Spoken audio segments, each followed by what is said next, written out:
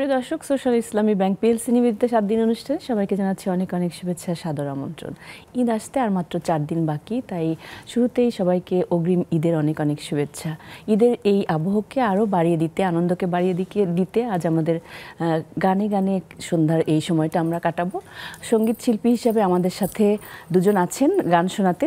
আমি পরিচয় করে দিচ্ছি। শুরুতেই ডানে আমার সাথে আছেন পর্ণা দাস হিমাদ্রিতা, সঙ্গীত শিল্পী, এবং তারপরে আমাদের সাথে আছেন রাকিবা ইসলাম ঐশী, তিনিও সঙ্গীত শিল্পী এবং সেরা কণ্ঠের চ্যাম্পিয়ন। আমরা কথায় কথায় তাদের কাছ থেকে তাদের গানের পথ চলা সম্পর্কে শুনবো। দর্শক, গানে কাটুক সন্ধ্যা বিষয়টি নিয়ে আলোচনা, পুরোটা সময় আপনারা আমাদের সাথে থাকবেন। জানিয়ে দিচ্ছি অনুষ্ঠানটি একই সাথে নেক্সাস টেলিভিশনের ফেসবুক এবং ইউটিউব থেকে দেখতে পাচ্ছেন। এছাড়া স্ক্রিনে দেখানো নম্বরের মাধ্যমে যুক্ত হয়ে আপনারা আপনাদের মতামত জানাতে পারবেন। শুরুতে আমরা একটু কথা বলি হিমাদ্রিতার গানের সাথে পথ চলাটা কিভাবে করে শুরু, কত বছর বয়স থেকে শুনি? এই কথাটা বলতে গেলে আমি বলতে পারি না, কারণ এত ছোটবেলা থেকে আমার শুরুটা হয়েছে। যখন ভাষা শুরু তখন থেকেই গানটার মধ্যে ছিলাম। তো সঙ্গীত পরিবার থেকে এসেছি, তো সেখান থেকে হয়েছে যে তখন হতো কি যে আমি যখন আমার যখন বুঝ হয় তখন আমি দেখি যে আমার জন্মদিন, আর তখন আমি একটা হারমোনিয়াম বাজিয়ে গান করি, টুকটুকে লাল রাঙা পুতুল, এই গানটি। তাই আমি আসলে ওখান থেকে আমার পথ চলা আস্তে আস্তে শুরু। তারপর তো বাসায় সব সময় টিচার আসতেন, একাডেমিকভাবে কোনো কিছু শেখা হয়নি, তবে সারা বছর আমার টিচার আসতেন। তো এইভাবে পথ চলা আস্তে আস্তে শুরু হয়ে গেছে। আমরা তো জানি ঐশী তার খালার কাছ থেকে প্রথম গানের মনে হয় হাতে খড়ি। আমরা সেই গল্পটা একটু শুনি, বাসার পরিবেশটা কেমন ছিল এবং কখন কখন আসলে খালার সাথে বসা হতো, সেই সময় বয়সটাও আমরা একটু জেনে নিতে চাই। খালার সাথে আসলে খুব ঘটা করে বসা হতো না, ওইটা খেলার ছলেই হয়েছে। তো খালামণি গান করতেন, খালামণি বিভিন্ন অনুষ্ঠানে যেতেন, সেগুলো রিহার্সেল করতেন বাসায়। তো সেইখান থেকে যে গানগুলো উনি ওনার মতো করে গাইতেন, আমি সেগুলো শুনে শুনে, আমি খেলার ছলে, উনি হয়তো আমার পাশে বসেই গান করছেন, আমি সেটা শুনে আমার মতো করে আমি শুনতে শুনতে, বাচ্চারা যেটা করে আর কি, যেটা শুনে সেটাই করতে থাকে, সেটাই আমার ওরকম হয়েছে। আর বাসার পরিবেশ, আমার যখন থেকে মনে পড়ে যে আমি বাসায় অনেক ক্যাসেট দেখতাম, তো ওখানে অনেক অনেক রকম আর্টিস্টের গান ছিল এবং টেপ রেকর্ডার ছিল আমাদের, তো সেটাতে গান বাজতো আসলে সারাদিনে। আম্মুর যেমন খুব ভালোবাসেন আম্মু, আর বাবাও খুব গান ভালোবাসেন, তো বাসায় গান শোনাটা আসলে হতো। তো আসলে আমাদের সকলেরই কিন্তু মায়ের সেই মুখে গান, ঘুম পাড়ানি গান থেকে কিন্তু গানের সুরটা কানে ঢুকে যায়। জি জি। আর বয়স জিজ্ঞেস করলেন, সেটা হয়তো 3.5-4, মানে যখন থেকে আসলে ওই যে কথা বলাটা শুরু হয়েছে বা বলতে পারি, বা সুরটা আসলে তখন খুব একটা বুঝে না, তো খালামণি যেরকম করে গাচ্ছে সেটাই শুনে শুনে আমি ওরকম করে গাচ্ছি, এভাবেই শুরু। আসলে ছোটবেলায় কিন্তু এরকমটাই হয়, মানে হয় যে পাশে একটা গান বাজছে, কিংবা আমার যেমন হতো কি যে আমাকে তো রবীন্দ্রসঙ্গীত শেখাতো, নজরুল গীতি শেখাতো, আমার মনে হতো প্রেমের গান কেন আমাকে শেখায় না, আমি কেন প্রেমের গান আমি গাইবো না। কিন্তু তখন তো টিচাররা ভাবতেন যে আগে তো ছড়া গান শিখতে হবে, তবে না প্রেমের গান। এভাবে কিন্তু আমাদের পথ চলা শুরু হয়। এবং অভিভাবক যারা, তারা কিন্তু খেয়াল করে যে ওর গলায় সুরটা আসছে, বা তার প্রথমে কিন্তু কান থাকতে হয়, সুর শুদ্ধভাবে সুরটা যদি তার গলায় আসে, তখনই না সিদ্ধান্ত নেন যে তাকে গানে দেয়া যাবে বা করা যাবে। প্রথম কোন গানটা, মানে বুঝ হওয়ার পরে যদি আমরা বলি, কোন গানটা ঐশীর মনে পড়ে যে ওই গানটা প্রথম শুনেছি এবং মনে লেগেছে যে গান, এটা বোঝা শেখার সেই বিষয়টা? মানে বুঝে কি, মানে কথাটা বুঝে নাকি সুরটা বুঝে? সেই ছোটবেলায় ও যেমন ওর একটি গানের কথা কিন্তু বলে দিল, লাল টুকটুকে। আমারও ঠিক এই গানটাই আমার ওস্তাদজির কাছে, কিন্তু টুকটুকে লাল রাঙা পুতুল। কারণ কেন, তখন কিন্তু আমাদের স্কুলে বিভিন্ন রকম প্রতিযোগিতা হতো, স্কুলের বার্ষিক প্রতিযোগিতাগুলো হতো, মৌসুমী প্রতিযোগিতা হতো, তো তখন ওই যে ছোট ছোট বাচ্চা এরকম অংশগ্রহণ করতো। আমার মাও যখন দেখলো যে আমি খালামণির গান যে যা গাচ্ছে তাই টুকটুক করে গাইতে পারছি, তখন ওস্তাদ আসলো বাসায়, তো ওস্তাদজি এসেই কিন্তু এই ছড়া গানই শেখালেন। তো ওই টুকটুকে লাল রাঙা পুতুল, তারপরে চাঁদ মামা টিপ দিয়ে যায়, এবং এইটুকু আমার মনে আছে যে বাসায় হারমোনিয়াম ছিল, আম্মু হারমোনিয়াম কিনে দিয়েছিলেন, এবং ওস্তাদজির কাছ থেকে সেটা শেখার পরে ওস্তাদজি সেটা আমাকে হারমোনিয়ামে তুলে দেননি, আমি নিজে নিজেই সেই সুরটা মাথায় বসে গেছে, সেটা শুনে শুনে আমি হারমোনিয়ামে প্রথম ওইটা একটু একটু করে আচ্ছা এইটা মানে মিলছে সুরের সাথে, এভাবে করে করে আমি নিজে প্রথম সেটা তুলেছিলাম। এরপরে আসে রবীন্দ্রনাথের গান, আমরা অনেক আমরা সবাই রাজা দেখা যায় এটা প্রথম তুলে দেয় গুরুজিরা। আমরা দুজন মিলে কি এই গানটা করি, এই গানটা কিন্তু সবসময় প্রচলিত থাকে, আমরা সবাই রাজা আমাদেরই রাজা রাজা, দুজন মিলে করি এই গানটা।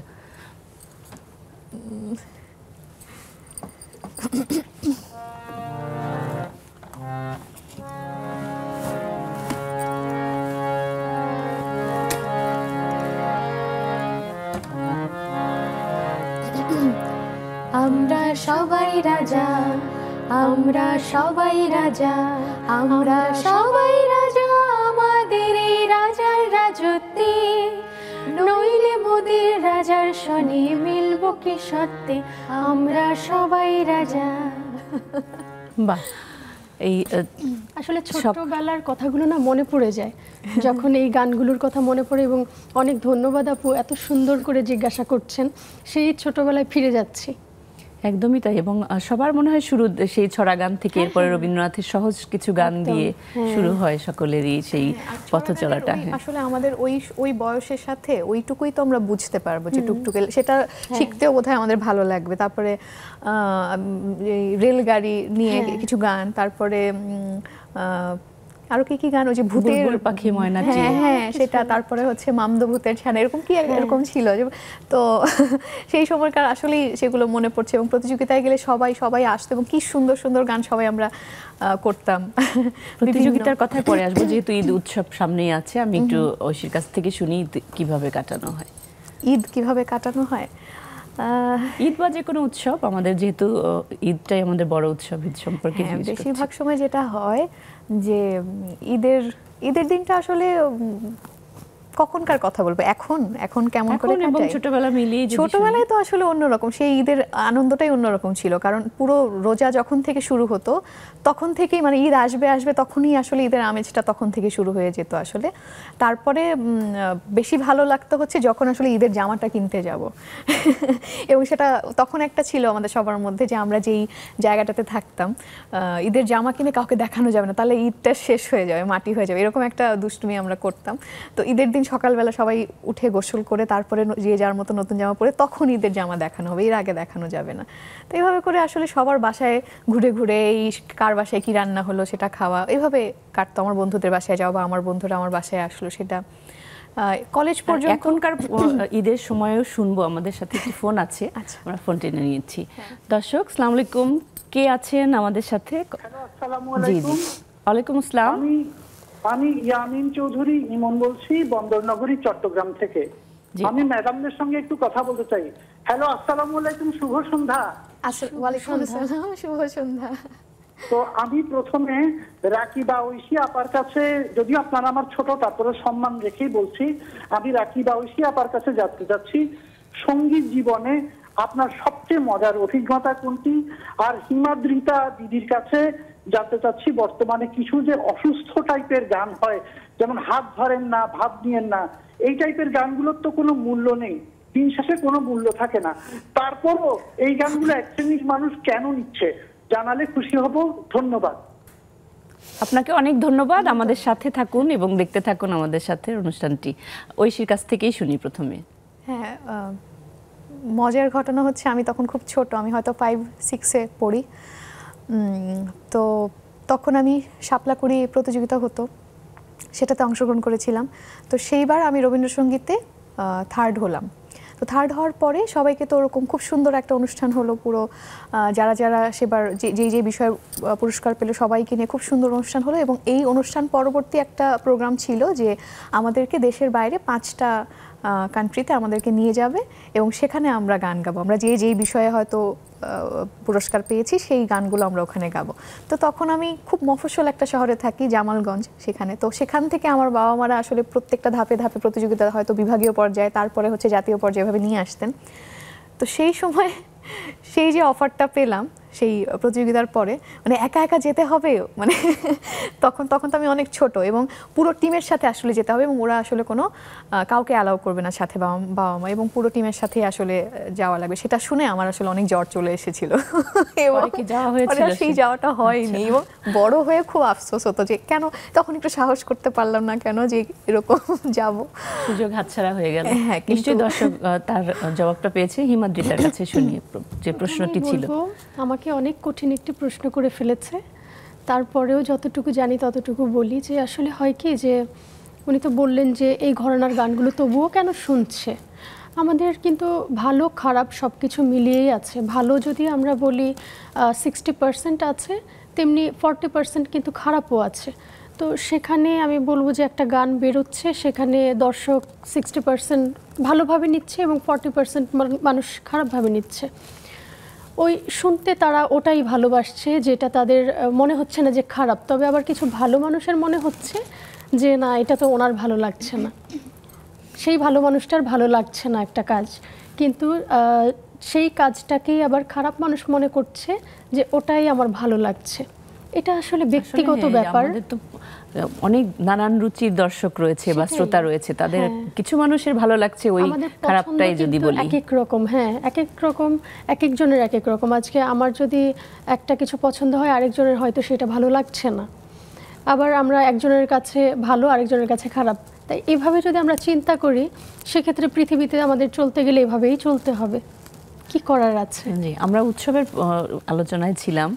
পর্ণার কাছে শুনি যে উৎসবগুলো কিভাবে কাটানো হয়। পর্ণা, উৎসবগুলো যে আসলে আমাদের উৎসবগুলো না এই একই টাইপের হয়, নতুন জামা নিয়ে শুরু হয়, সব একই রকম ভাবেই হয়। ছোটবেলায় যেমন হতো যে ও যেটা বলল আমি তার সাথে একদম একমত, যে সবার আগে টেন্ডেন্সি থাকতো যে নতুন জামা লাগবে। ঈদের সময় তো এটা ফ্রেন্ড সার্কেল যারা ছিল আমাদের, আমার সব ফ্রেন্ড ছিল মুসলিম, যেহেতু আমি হিন্দু, কিন্তু তারপরেও আমার ফ্রেন্ড ছিল সব মুসলিম। আমি ঈদের দিন অপেক্ষা করে থাকতাম যে কি পরবো, ওদের সঙ্গে ডিসকাস হতো এবং সারা দিন বাসায় থাকতাম না, মানে বাইরে ঘোরাফেরা খাওয়া দাওয়া এটাই চলতো। আর যদি আমাদের পুজোর কথা বলি, তখন তো আমাদের 4 দিন থাকে শারদীয় দুর্গোৎসব, আর এই 4 দিনের 4 রকমের নতুন ড্রেস না হলে মন খারাপ। আসলে বিষয়টা ওই সেই একই হয়ে যায়। তো এইভাবেই কাটানো হয়। ধর্ম যার যার উৎসব তো সকলের, আমরা সবাই তো মিলেমিশে এখানে ধর্ম নিরপেক্ষ আমাদের দেশটি, আমরা সকলের উৎসবটাই আমরা পালন করি। আর এখন যেমন বড় হয়ে হয় কি, এখন আর ওই ড্রেসের প্রতি ঠিক মনটা থাকে না, কারণ প্রত্যেক দিন এক একটা ড্রেস নতুন করে পরা হয়, তো তাই ওটার এখন কাজ করে না। আর তাছাড়া এই ঈদে বা পরের ঈদে এমন হয় যে আগের ঈদগুলোতে আমাদের নতুন নতুন কাজ আসে, তো এটাও একটা ভালো লাগার মুহূর্ত, ওইটা আরো বেশি উৎসব মুখর হয়ে যায় ঈদটা। এখন আমি ঐশী বলছিল যেটা ঈদটা একদমই তাই আসলে, মানে যে এখন আমরা দেখা যায় কি যে ঈদ বা যে কোনো উৎসবকে কেন্দ্র করে আমাদের নিজেদের একটা গান আসলে বোধহয় আমাদের এটা খুব আনন্দ হয় যে এই ঈদে আমার একটা নতুন গান প্রকাশ পাবে। তো এখনের ঈদগুলো আসলে এরকম, বা এখন আর ওই যে ছোটবেলার যে ওই ব্যাপারটা সেটা নেই। আর ঈদকে ঘিরে তো যে কোনো কিছু নাটক, সিনেমা বা গান বলি আমরা, রিলিজ হয় গানগুলো, আমরা আরো শুনবো। আমাদের বিরতি নেওয়ার সময় হয়ে গেছে, বিরতি নিয়ে আসছি। দর্শক, আমরা বিরতিতে যাচ্ছি, ফিরে আসছি একটু পরে, আমাদের সাথে থাকুন।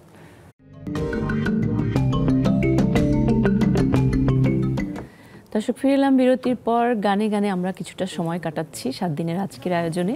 আমরা আবারও আলোচনায় চলে যাচ্ছি এবং আমাদের সাথে হিমাদ্রিতা, ঐশী এবং আমাদের শাকিল মোহাম্মদ দীপন দাদা আমাদের সাথে এসে যুক্ত হয়েছেন। অনেক অনেক আমন্ত্রণ আপনাকে এবং স্বাগত জানাচ্ছি। ঐশীর কাছে আমরা গান শুনবো। আমরা শুনছিলাম যে আপনি ইয়েতে পড়েন, জগন্নাথ বিশ্ববিদ্যালয়ের সঙ্গীত বিভাগের একজন স্টুডেন্ট, সে সম্পর্কে শুনি, এবং সঙ্গীত বিভাগে পড়ার কারণে আপনার গানের জগতে আরো সহজ হয়েছে কিনা, মসৃণ হয়েছে কিনা, এ ব্যাপারে একটু শুনি। হ্যাঁ, আমার আসলে কলেজ পাশ করার পরে এটাই ছিল যে আমি আর কোনো আমি সায়েন্সে ছিলাম কলেজ পর্যন্ত। তো সেটার পরে আমি ভাবলাম কি যে যখন আমি আসলে জানতে পারলাম যে এখন বিশ্ববিদ্যালয়ে আমি গ্র্যাজুয়েশন চাইলে গানে করতে পারি, তো আমার যেহেতু গানটার প্রতি তখন আসলে খুবই একটা টান বা ওরকম ইয়ে ছিল, তখন আমার মনে হলো কি যে ওটাই আসলে ওটা নিয়েই আসলে পড়াশোনাটা করি, তাহলে খুব মানে ভালো লাগবে আর কি। তো পরে আমি পরীক্ষা দিলাম, জগন্নাথে আমার চান্স হলো। তো সেখানে আসলে খুবই সুন্দর একটা ইয়ে ছিল, এবং আমাদের আসলে গতানুগতিকভাবে ইউনিভার্সিটিতে যেরকম সিট প্ল্যানটা থাকে সেরকম কিন্তু আমাদের ছিল না। আমাদের খুব সুন্দর কার্পেট বেছানো থাকতো এবং আমাদের গুরুদের জন্য এরকম গদি বেছানো থাকতো এবং ওরা এখানে বসতেন এবং আমরা তানপুরা মিলিয়ে আমাদের প্রথম ক্লাসটা আমাদের ওরকমভাবে শুরু হতো। এবং সঙ্গীত মানে সঙ্গীত বিষয় নিয়ে পড়ার কারণে যেটা হয়েছে যে ইউনিভার্সিটি থেকে খুব ভালো ভালো প্রোগ্রাম আমরা দেখতে আসতাম, বা আমরা নিজেরা আমাদের ইউনিভার্সিটির থেকে আমরা অনেকে মিলিয়ে বিভিন্ন প্রোগ্রামগুলোতে গান গাইতে আসতাম যে অন্যান্য ইউনিভার্সিটিতে। তারপরে আমাদের ইউনিভার্সিটির সঙ্গীত উৎসব হতো এবং সেখানে পুরো বাংলাদেশের খুব ওরকম যে গুণী শিল্পীরা আছেন ওনারা আসতেন, ওনাদের গান আমরা সামনে থেকে বসে শুনতে পেরেছি। তো এরকম অনেক খুব সুন্দর কিছু স্মৃতি আছে এবং এখন তো সঙ্গীত নিয়ে পড়ালেখা করা যাচ্ছে, এটা একটা বিশাল ব্যাপার। একসময় কিন্তু অভিভাবকরা চাইতেন যে তাদের সন্তানরা অন্য কিছু হোক, এখন সঙ্গীত শিল্পীও একটা যে পেশার দিকে নিয়ে যাওয়া যাচ্ছে, এটা একটা অনেক বড় ব্যাপার। আমরা পর্ণার কাছে গান শুনবো এবার। কোন গানটি শুনছি? খুবই পছন্দের একটি গান, আমি মনে করি সবার খুব পছন্দের এই গানটি, আমার মতো এত সুখী, বাবা কেন চাকর সিনেমার।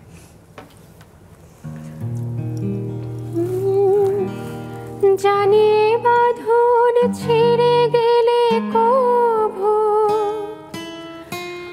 আসবে আমার মরণ, আমার মতো এত সুখী নয়তো কারো জীবন, কি আদর স্নেহ ভালোবাসায় জড়ানো মায়ার বাঁধন।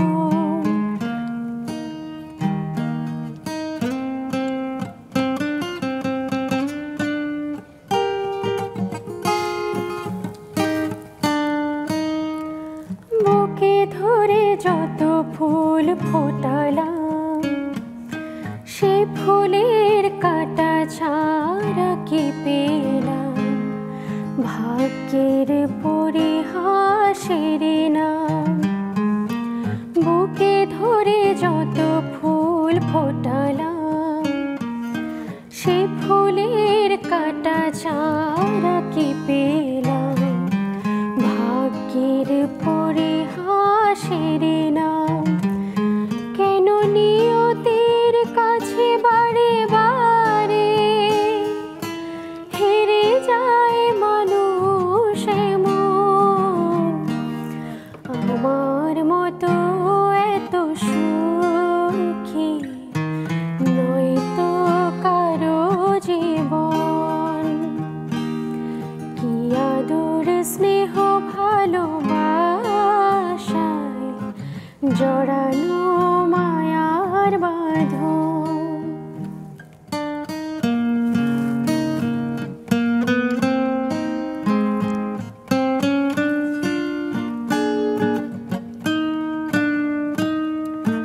চারিদিকে নিরাশার বালুচর, কি আশায় বেঁধেছি খেলা ঘর, স্বপ্ন ভেঙে দিতে এলো ঝড়। চারিদিকে নিরাশার বালুচর, কি আশায় বেঁধেছি খেলা ঘর, স্বপ্ন ভেঙে দিতে এলো ঝড়।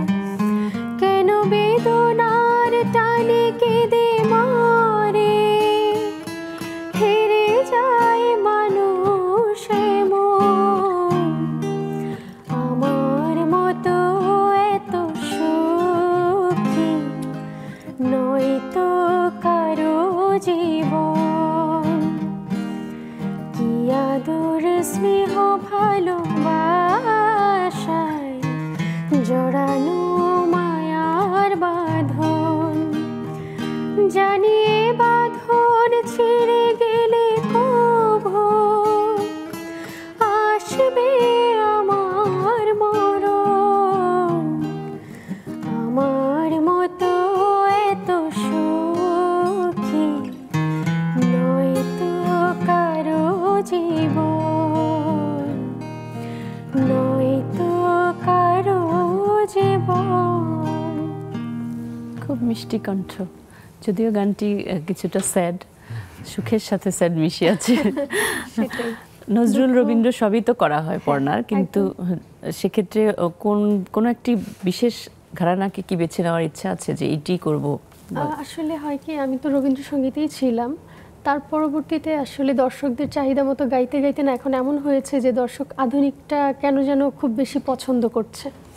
তো এখন প্রায় সময় আধুনিক গাওয়া হয়, অনেক সময় রবীন্দ্রসঙ্গীত গাওয়া হয়, সব কিছু মিলিয়েই।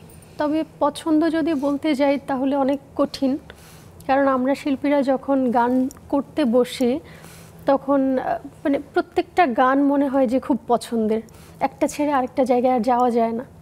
তাই পছন্দের কোনো তালিকা নেই, সব পছন্দের একদম। এবং সব ধরনের গান করতে পারলে সবার কাছে কাছাকাছি বেশি পৌঁছানো যায়। একদম তাই। আমি যেটা বুঝেছি, যখন ওপেন স্টেজে যখন গান করেছি, বিভিন্ন দেশের বাইরে যখন গান করেছি, তখন সেটা খুব বেশি ফিল করেছি যে এক একজন এক একটা চাহিদা, এক এক দর্শক এক একভাবে বলছে যে এই গানটা শুনতে চাই, ওই গানটা শুনতে চাই। তখন যখন করতাম তখন খুব সুন্দরভাবে গ্রহণ করতো।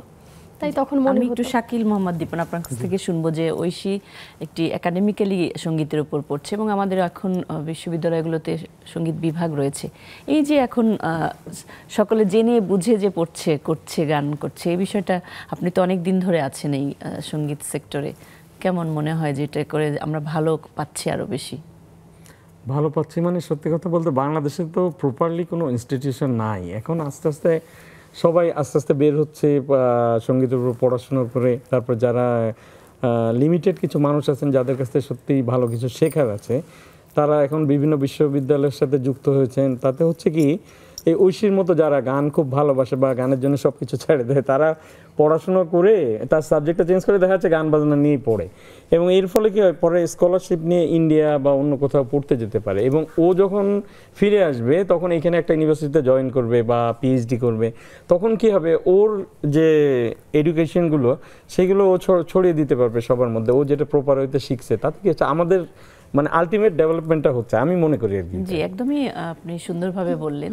ঐশীর কাছ থেকে আমরা এবার একটি গান শুনবো, কোনটি শোনাচ্ছে? আচ্ছা, এবারে আপু ছবির একটি গান গাইলেন, আমিও গাই। এই গল্পটি বা যেই গল্প অবলম্বনে ছবিটি হয়েছে সেটি আমাদের পাঠ্য ছিল আমরা যখন স্কুলে পড়তাম, 1000 বছর ধরে, জহির রায়হানের খুবই সুন্দর একটি উপন্যাস। সেইটা যখন মুভি হলো, সেই মুভিতে একটি গান ছিল, তুমি সুতোয় বেঁধেছো শাপলার ফুল নাকি তোমার মন। সেটি গিয়েছেন শ্রদ্ধেয় সুবীর নন্দী এবং অনুপমা মুক্তি। সে খুব ভীষণ ভালো লাগে আমার গানটি, তো সেই গানটি গাইছি ছোট্ট করে।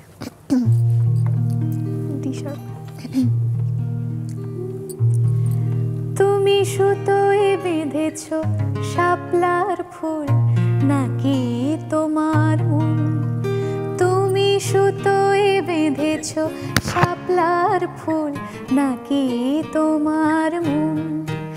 আমি জীবন বেঁধেছি, মরণ বেঁধেছি, ভালোবেসে সারাক্ষণ, ভালোবেসে সারাক্ষণ। তুমি সুতোয় বেঁধেছো শাপলার ফুল নাকি তোমার মন।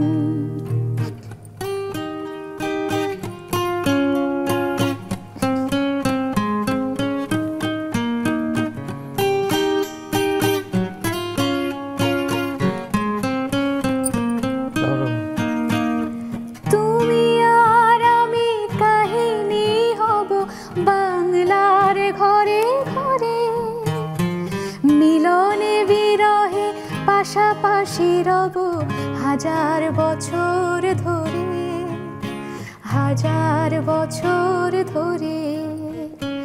দুটি হৃদয়ে বয়ে যাবে নদী, কত নাও জান ভাটে। আকাশে বাতাসে ধ্বনিত হবে এই প্রেম চির খাঁটি, এই প্রেম চির খাঁটি। আমি তোমাকে হারালে অবিরাম হবে দু চোখে বরষা, দু চোখে বরষা। তুমি সুতোয় বেঁধেছো শাপলার ফুল নাকি তোমার মন, তুমি সুতোয় বেঁধেছো শাপলার ফুল নাকি তোমার মন। বাহ, চমৎকার। আমরা একটু মৌলিক গানের বিষয়ে শুনবো, তার আগে ব্রেক নিয়ে আসছি আমরা ছোট্ট একটি বিরতির পরে আবার এসে শুনছি। দর্শক, আমরা একটি বিরতিতে যাচ্ছি, আবারও আপনারা আমাদের সাথেই থাকুন।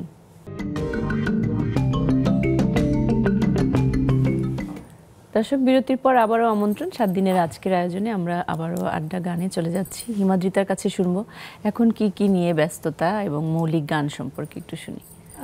ব্যস্ততা তো সব সময় থাকে, অনেক থাকে।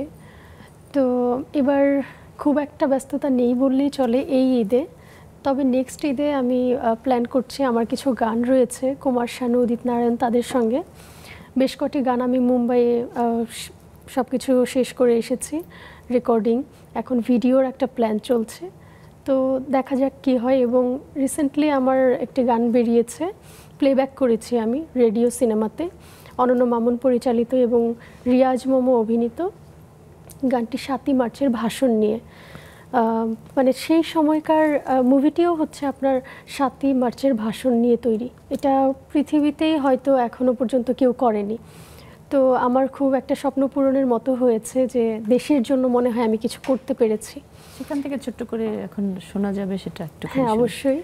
গানটি একটু বলি যে গানটি এমনভাবে নির্মিত হয়েছে যে সেই সময়কার কিশোরী মেয়ের ভয়েসটা কেমন ছিল এবং তার আন্দোলনের সিস্টেমটা ঠিক কেমন ছিল, তার অনুভূতি কি বোঝানো হয়েছে। তো সেটাই চেষ্টা করেছি এবং এই গানটির জন্য আমি দুবাই থেকে অ্যাওয়ার্ডও পেয়েছি। এবং এই গানটি আমেরিকাতে যখন মুভিটি মুক্তি দেওয়া হয়েছিল তখন অনেকে খুব প্রশংসা করেছে। আমরা সেখান থেকে একটুখানি শুনি। ও মনা তুই ওঠে রে জেগে, মনা তুই ওঠে রে জেগে, ঘুমের ঘরে থাকবি কতকাল, আসবে আবার নতুন ভোর, এক তারাতে নতুন সুর, মনা তোর প্রাণের প্রদীপ জালো, মনা মনা তোর প্রাণের প্রদীপ জালো, মনা মনা তোর প্রাণের প্রদীপ জাল। খুবই সুন্দর। আমরা নিশ্চয়ই প্রেক্ষাপটের সাথে মিলিয়ে গানটি করা বুঝতে করেছেন ইমন শাহ দাদা। দারুণ। ঐশীর কাছে শুনি, ঐশীর মৌলিক গান সম্পর্কে একটু শুনি। হ্যাঁ, মৌলিক গানের যাত্রাটা আসলে শুরু হয়েছে সেরা কণ্ঠ যখন আমি শেষ করলাম, এরপরে থেকেই আস্তে আস্তে মৌলিক গান বা তখন অনেকেই বললেন গান করার জন্য বা আমারও ওরকম সুযোগ হয়েছে। তো প্রথম আমার যে গানটি সেটি মেজবা বাপি ভাইয়ের কথা এবং সুরে, মানে প্রথম আমার মৌলিক গান সেটা হচ্ছে দিন কেটে যায়। এই গানটির জন্য আমি চ্যানেল আই অ্যাওয়ার্ডও পেয়েছিলাম। তো এরপরে আসলে আস্তে আস্তে করে নিজের গানের কাজ করার সেই ইচ্ছাটা আসলে সব বরাবরই আছে এবং এখনও অনেক গানের কাজ, যেহেতু অনেকটা দিন আসলে আমি এখানটায় ছিলাম না, তো সেটা ফিরে এসে আবারও সেই নিজের গানের কাজ আসলে করছি। তো সামনে আশা রাখছি যে অনেকগুলো গান আসলে একসাথে পরপর বের হবে। আচ্ছা, আমরা আবারও একটু ঐশীর কাছ থেকে গান শুনবো এবং এটা আমরা বড় করে শুনতে চাই। ঠিক আছে, এবারে এই গানটি আমার ভীষণ প্রিয়। গানটি গেয়েছেন শ্রদ্ধেয় মিতালি মুখার্জি, ওনার গাওয়া সুখ পাখিরে পিঞ্জিরা তোর খুলে দিলে মাঝ, এই গানটি গেয়েছি।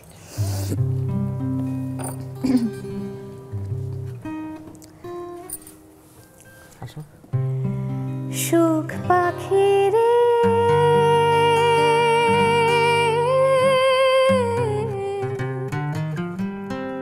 পিঞ্জিরা তো খুলে দিলে মাঝ,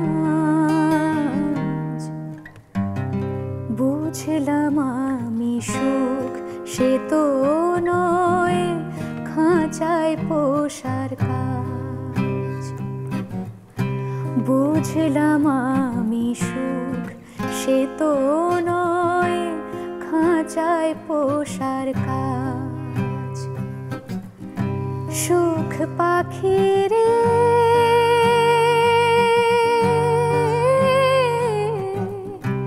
পিঞ্জিরা তো খুলে দিলে মাঝ,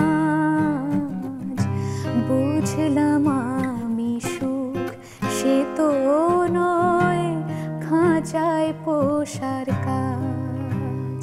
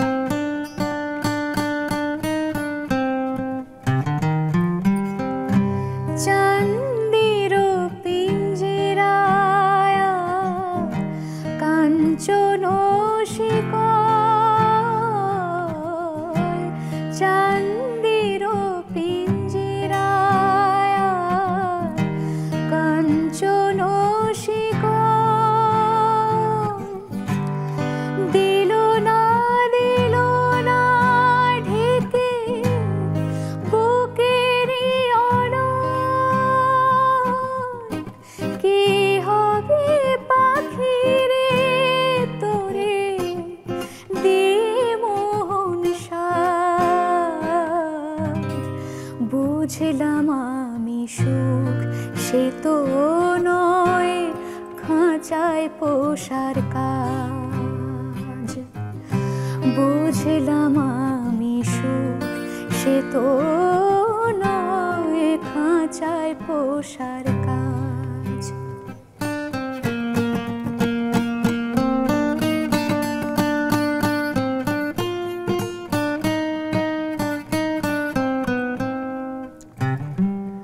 অন্তরে বেঁধেছি ঘর চাঁদের কিরণ, অন্তরে বেঁধেছি ঘর চাঁদের কিরণ। জানি না সে কি রূপেরই মরণ, কি হবে চন্দনে ঢেকে কলঙ্কেরই লাজ। বুঝলাম আমি সুখ সে তো নয় খাঁচায় পোষার কাজ। বুঝলাম আমি সুখ সে তো নয় খাঁচায় পোষার কাজ। সুখ পাখিরে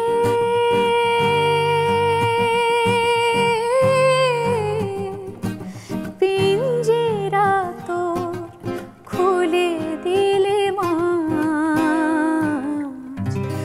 বুঝলাম আমি সুখ সে তো নয় খাঁচায় পোষার কাজ। বুঝলাম আমি সুখ সে তো নয় খাঁচায় পোষার কাজ। খুবই সুন্দর, খুব সুন্দর ভাবে মানিয়ে গেছে গানটি কণ্ঠের সাথে। আমরা একটু যদি রিয়েলিটি শো সম্পর্কে শুনতে চাই, সেই শোতে কার মাধ্যমে আসলে আসা, একজনের তো অনুপ্রেরণা থাকে পেছন থেকে, সেখানে সেই গল্পগুলো একটু শুনি। আসলে কি টিভি তো দেখতাম, টিভিতে তো অনেক এরকম দেশে এবং দেশের বাইরের বিভিন্ন রিয়ালিটি শো আসলে দেখা হতো। তো এরকম থাকে না, ওইটার সব কিছুর পেছনে গানের পুরো মানে অনুপ্রেরণাটাই আসলে আমার মায়ের কাছ থেকে, উনিই আসলে সবসময় মানে পেছন থেকে ঠেলতেন আর কি। তো গানটা ভালোবাসা বা আমি গানটাকে খুব ভালোবাসি সেটা বুঝবার আগে উনিই আসলে ঠেলে ঠেলে প্র্যাকটিস করাতে মানে বসাতেন আর কি। তারপরে আস্তে আস্তে এই জিনিসটাই আসলে খুব যে কখন ভালো লাগার ভালোবাসার হয়ে গেল সেটা বুঝতেই যেন পারলাম না, এরকম আর কি। তো সেই রিয়ালিটি শোগুলো দেখে দেখে নিজেকে খুব ওই জায়গাটায় খুব কল্পনা করতাম যে আসলে আমি যদি কখনো এরকম রিয়ালিটি শোতে যাই বা গানটা ভালোবাসি, ওরকম একটা মঞ্চ যদি এরকম পাই, বা এই স্বপ্নটা আসলে নিজের মধ্যেই ওরকমভাবে কাজ করতো। সেই সাথে মা তো বলতেন যে তুমি কখন এরকম গাবা, আমরা দেখবো এরকম টিভিতে বসে। তো এরকম তো বলতেন। সেই থেকেই আসলে বিভিন্ন রকম প্রতিযোগিতায় অংশগ্রহণ করা। এবং আমি যখন জগন্নাথে পড়তাম, আমি যখন দ্বিতীয় বর্ষে গ্র্যাজুয়েশন যখন করছি, তখন আমি ওই সেরা কণ্ঠের অ্যাড দেখছিলাম যে এই আবার শুরু হতে যাচ্ছে। তো তখন ঢাকায় থাকি, ছোটোবেলায় অনেক দূর থেকে এসে বিভিন্ন রকম কম্পিটিশন করতাম। তখন তো আমি ঢাকাতেই আছি, তো ভাবলাম ঠিক আছে করছি, গান নিয়েই পড়াশোনা করছি, এবং আমার তো কাজটাই আসলে বা আমার মূল লক্ষ্যটাই তো এরকম যে আমি কিভাবে আসলে আমার গানটা মানুষের কাছে পৌঁছাতে পারি, বা আমি কীভাবে নিজের গানটা আমি শোনাবো আর কি। তো সেই থেকেই যখন আমি ওরকম অ্যাড দেখলাম, তখন আমি কোনো একদম ভাবনা চিন্তা কিছু ছাড়াই আমি অংশগ্রহণ করলাম। এবং এরপরে আমরা ঐশীকে পেয়ে গেলাম। পর্ণারও স্টেজ শো করার এবং বাইরের উদিত নারায়ণ, কুমার শানুর সঙ্গে গানের সেই অভিজ্ঞতার কথা শুনবো। আমরা বিরতি নিয়ে আসছি। দর্শক, আবারও একটি বিরতিতে যাচ্ছি, কোথাও যাবেন না, ফিরছি একটু পরেই।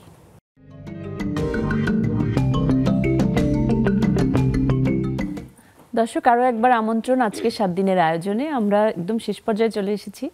পর্ণার কাছে যাচ্ছি যে আমরা যে বিষয়টি জানতে চাইলাম যে কুমার শানু এবং উদিত নারায়ণের মতো শিল্পীদের সঙ্গে কাজ করার সেই অভিজ্ঞতাটা একটু শুনি। অভিজ্ঞতার আগে আমি বলবো যে ওনাদের গান কিন্তু শ্রদ্ধেয় শিল্পী উদিত নারায়ণ এবং কুমার শানুর কথা বলছি, ওনারা আমার মনে হয় যে ঈশ্বরের একটি মাধ্যম হিসেবে এসেছেন। কারণ আমি মনে করি যে আমাদের গানের মা বাবাই হচ্ছে তারা। আমি নয় শুধু, আমার মা বাবা বা তারও মা বাবাও কিন্তু ওনাদের গানগুলো শুনেছেন এবং খুব পছন্দ করেছেন। তো সেই অর্থে অভিজ্ঞতা বলতে আমি তো একটু ভয়ে ভয়েই ছিলাম, খুব নার্ভাস যে আমি গান করতে যাচ্ছি। কিন্তু যখন আমি সেটে গেলাম এবং সাথে পাশে দাঁড়িয়ে রেকর্ডিং করছি, তখন আমার বিন্দুমাত্র মনে হয়নি যে আমি কোনো নতুন একজন শিল্পী বা তাদের কাছে খুব নতুন, কিংবা আমি অন্য একটি দেশের একজন মেয়ে, এরকম কিছু মনে করতে ওনারা দেননি। এত স্নেহ করেছেন এবং ভালোবেসেছেন, প্রত্যেকটি গান খুব সুন্দর করে তারা করেছেন। এবং তাদেরকে দেখে আমার মনে হয়েছে যে আমরা হয় না যে প্রথম যখন একটা কাজ করতে যাই মনে হয় যে এই কাজটা যদি আমি সুন্দর করে করতে পারি এবং খুব ফুলফিল করে যদি করতে পারি, নেক্সট কাজটা আরও ভালো হবে এবং নেক্সট কাজটা আমি খুব তাড়াতাড়ি পেয়ে যাব নিজের কাছে। তখন কিন্তু ওই কাজটা আমরা খুব ভালো করে করতে চেষ্টা করি। তো ওনাদের জন্য হয়েছে কি, আমার মনে হয়েছে যে ওনারা হয়তো কোনো রকমে গেয়ে চলে যাবেন গানটি, কিন্তু আমার দেখে মনে হয়েছে যে ওনারা এত আদর করে ভালোবেসে গানটিকে এমনভাবে গাইছেন, মনে হচ্ছে প্রথম গান গাইছেন, ওনাদের লাইফেই বোধহয় এটা প্রথম গান। তো ওখান থেকে অনেক শিক্ষণীয় বিষয় আছে যে আসলে প্রথমে ভালো মানুষ হতে হয়, তারপর না শিল্পী। তো এই অভিজ্ঞতাগুলো আমার হয়েছে এবং আমি মনে করি যে জীবনে হয়তো অনেক কাজে সংস্কৃতির সঙ্গে জড়িত থাকে তাদের মনটাই বোধহয় অনেক বড় হয়ে যায়। সেটাই হতে হয় আগে, ভালো মানুষ, তারপর একজন শিল্পী হওয়া যায়। আবার একটি গান শুনতে চাই পর্ণার কাছ থেকে। এবার খুব পছন্দের একটি গান, সিনেমা হচ্ছে আনন্দ অশ্রুর। আমার মা বোধহয় বসে বসে দেখছেন এই লাইভটি। ওনার খুব পছন্দের একজন শিল্পী সালমান শাহর কথা বলছি, বাংলাদেশের জনপ্রিয়, আমারও খুব পছন্দের এবং আমি মনে করি সবার খুব পছন্দের। তো সেই সিনেমারই একটি গান, তুমি আমার এমনই একজন, শ্রদ্ধেয় শিল্পী কনক চাপা ম্যামের গাওয়া।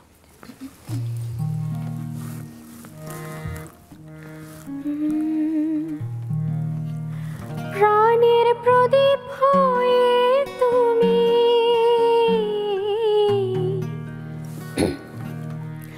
প্রাণের প্রদীপ হয়ে তুমি জ্বলছো নিশিদিন, কোন মোহরে শোধ হবে গো, কোন মোহরে শোধ হবে গো এত বড় ঋণ, এত বড় ঋণ আমার মিলনে বুঝি গো জীবন, বিরহে মরণ, বিরহে মরণ। তুমি আমার এমনই একজন, যারে এক জনমে ভালোবেসে ভরবে না মন, এক জনমের ভালোবাসা, এক জনমের কাছে আসা, এক জনমের ভালোবাসা, এক জনমের কাছে আসা। একটি চোখের পলক পড়তে লাগে যতক্ষণ, তুমি আমার এমনই একজন, যারে এক জনমে ভালোবেসে ভরবে না মন। বাহ, খুবই সুন্দর এবং দুজনের কণ্ঠে খুবই মিষ্টি। আমরা মিষ্টি দুজন শিল্পীকে পেয়েছি আজকের পর্বে এবং ভবিষ্যতের জন্য তো অনেক অনেক কাজ, ভালো কাজ হোক। অনেক ধন্যবাদ জানাতে চাই, ও এত সুন্দর করে আমাকে সাহায্য করছে, হারমোনিয়াম বাজাচ্ছে। আমরা কথা বলছিলাম পেছনে যে হারমোনিয়াম কিন্তু তুমি বাজাবে, তো ও খুবই মানে সাহায্য করছে, এই জন্য অনেক ধন্যবাদ ঐশী। জি, আমরা আবারও গানই শুনতে চাই ঐশীর কাছ থেকে। এবার কোনটি শুনছি?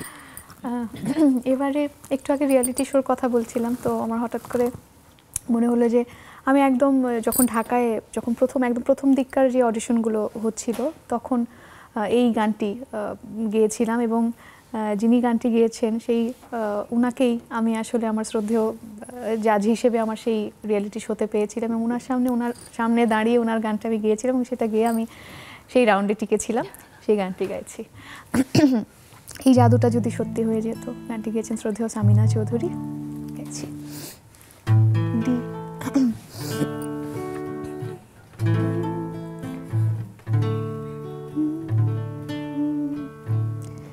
ডি থেকে না ভাই? এই জাদুটা যদি সত্যি হয়ে যেত, তাহলে আমি তা শিখে নিতাম প্রথমে।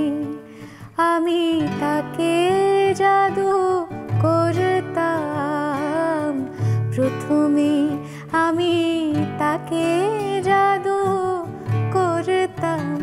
এই জাদুটা যদি সত্যি হয়ে যেত, তাহলে আমি তা শিখে নিতাম প্রথমে। আমি তাকে জাদু করতাম প্রথমে, আমি তাকে জাদু করতাম।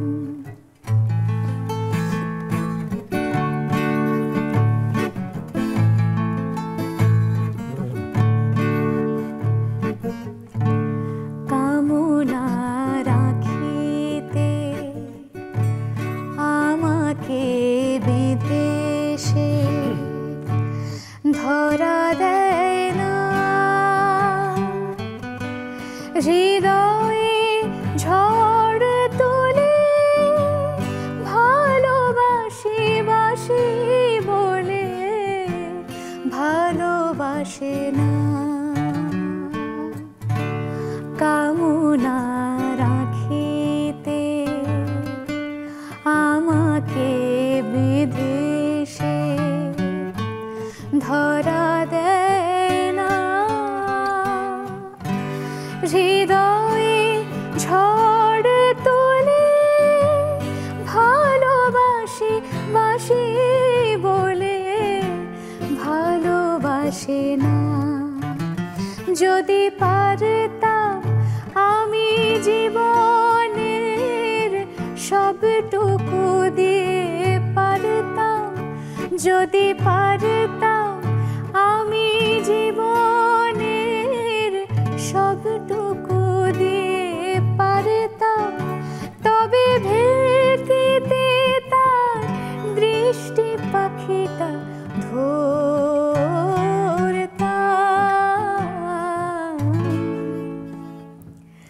প্রথমে।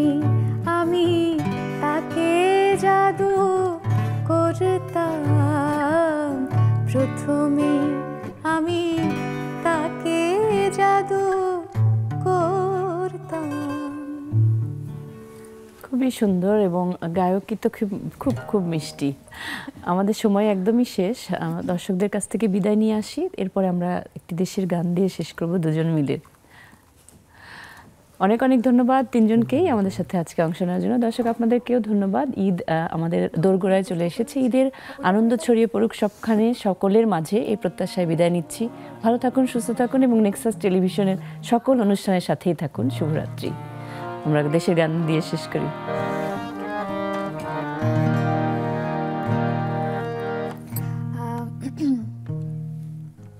আমরা দ্বিজেন্দ্রলাল রায়ের একটি গান গাইছি দুজন মিলে, ধনধান্যে পুষ্পে ভরা।